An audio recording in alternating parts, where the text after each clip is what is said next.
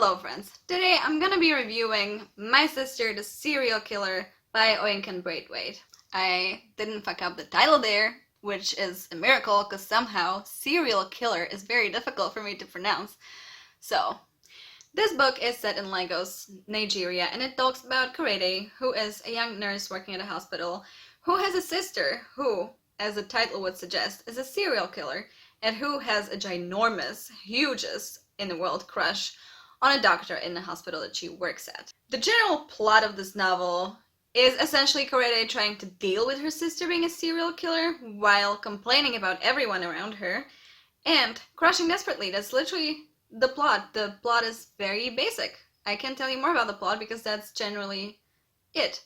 Aside from that, I can tell you that Korede is supposed to be the ugly one and Ayula is supposed to be the pretty one, so shenanigans ensue when our lovebird doctor meets Ayula for the first time and Korede is like, fuck, we're doomed here. And that's the plot of this novel. Let me talk about it now. Before I get to reviewing this book more critically, aka as the bitter bitch I am, let me share the pickle that I find myself in. Because I kind of see this book as two different things, or as a coin with two sides, you know? Where one side is, this is a thrilling, disturbing book. It's not complicated or that complex, it's just a fun read that you can get through on a lazy beach day, you know? It has some understandable underlying layers or themes that are not difficult to approach because it's written rather simplistically, and the vignette-like chapters, the very, very short chapters, make for a really fast-paced and thrilling read. That's the one way you can look at this book. Now, the second side of this coin, since I'm running with that metaphor, is when you look at this book critically, as if you were looking at like a literary achievement, I find myself kind of confused because I don't think it's a great literary achievement. I don't think it's a masterpiece. I don't think it's even that literary. I literally just think it's a thriller. And as a thriller, it works. But as a work of very serious literary fiction, I don't think it works that well. Now, let me dive into that, okay? So it works as a thriller because you have all the elements of thriller, essentially, especially disturbing ones. Because you have the main character, who is just a normal being going on about her day. Then you have her sister, who has a very significant issue where she tends to kill all her boyfriends. And then you have the crush. Now, if you mash these three together, you get a thrilling read, especially if the chapters are short, and that keeps you going. That makes for a very successful thriller, in my opinion. I think this is a very successful thriller. If you are into thrillers with like a darker quirk / twist, I think you will like this. Now, when you look at it as literary fiction though, I run into a huge problem in which I just don't think this is that well developed. Now, hear me out. As much as I am able to say that, yeah, this is a good thriller, I cannot say that it's a good piece of literary fiction work. I genuinely do think that this needed to not be a debut novel just because I feel like it was uprooted from a generic idea in the author's head into a story too soon. I think she needed to mature as an author to be able to pull this off in terms of literary work. Now, saying this, I don't mean to say that you cannot write thrilling, disturbing thrillers. If that was the point of this novel, then good job.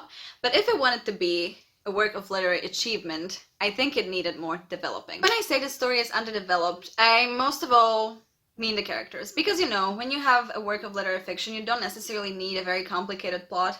I don't think that needs more developing here. I think what really needs developing here is the characters. Because this novel kind of reminded me of Eileen, which was nominated for the Booker a couple years ago, which was a character study. And I think what I needed here was kind of a middle ground, something between those two, where it would be slightly more developed, but stick to its plot. I will get to the, like, themes and such, because I think those are strong here. But as far as characters go, I do think they needed more developing, because essentially when you read this, you don't know much about these characters. What I know is that Korede thinks she's ugly and that she thinks she's in love, that Ayula is beautiful and kills the men that she dates, and that is about as far as my knowledge of the characters go, especially the main ones. The side characters are more of a joke aside from the parents of the sisters, where I also just know very basic info like the father was abusive, the mother couldn't protect her children or herself from him.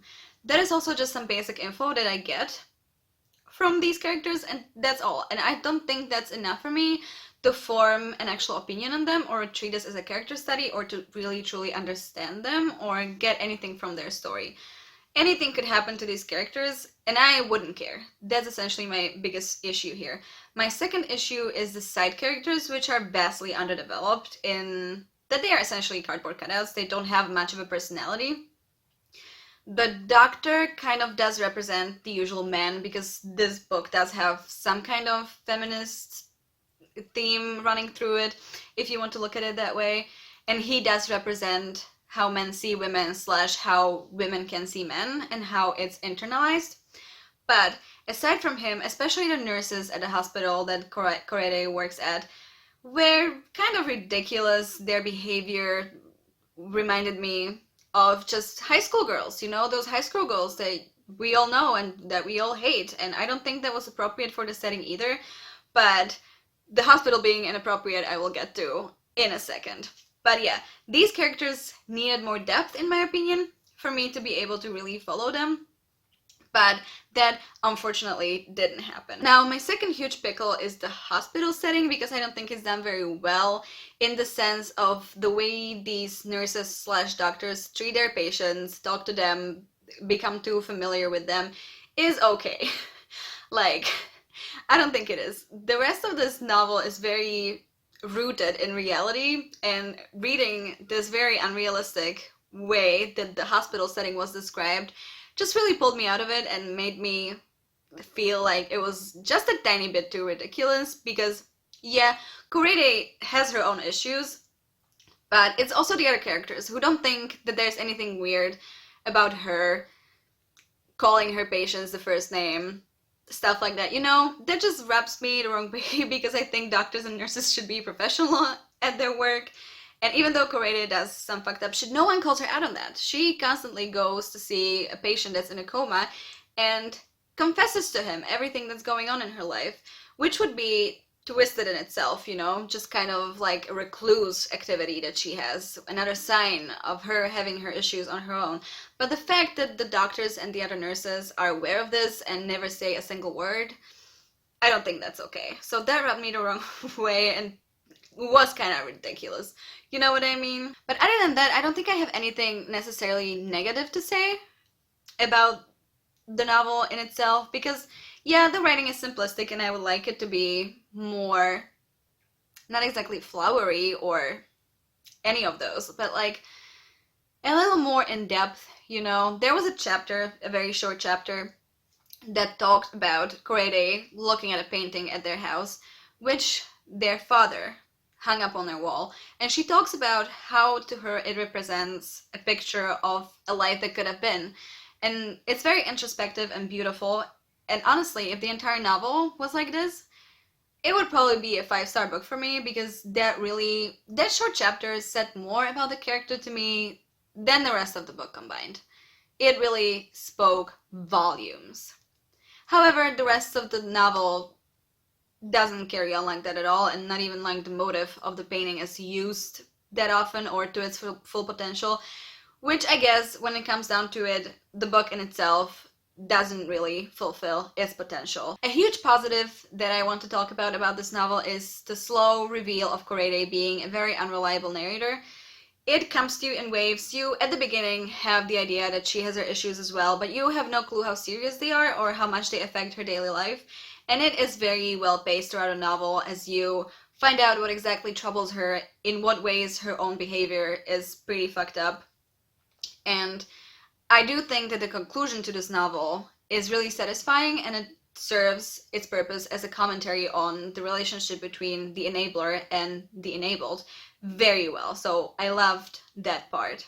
Another part that I loved was the discussion on the relationship / the effect of parents on their children, because I'm a strong believer that who your parents are and how fucked up they are has a huge effect on who you are as a person and how fucked up you are. I truly believe that your parents shape you into the person you are in most cases. I'm not saying in all cases, but in most cases. And I really enjoy these dynamics in any kind of media that I consume because it's always interesting and it's always new and different to me.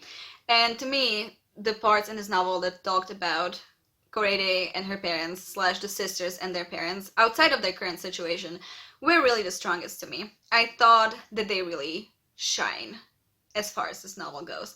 So that I enjoyed immensely. So all in all, I'm in a huge confused pickle because on the one hand, it's a good thriller that I literally read in one sitting, and I had fun doing it.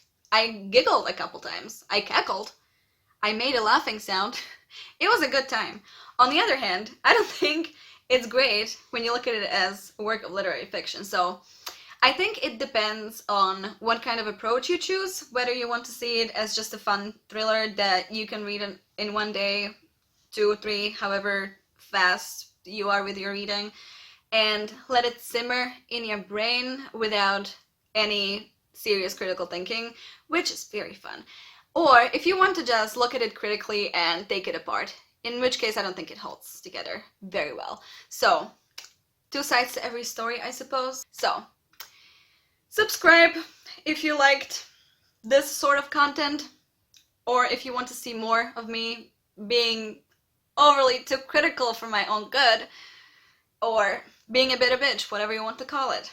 Subscribe, like this if you so wish, comment down below if you disagree with me, comment down below if you agree with me, comment down below if you had a good day. You know, just have fun.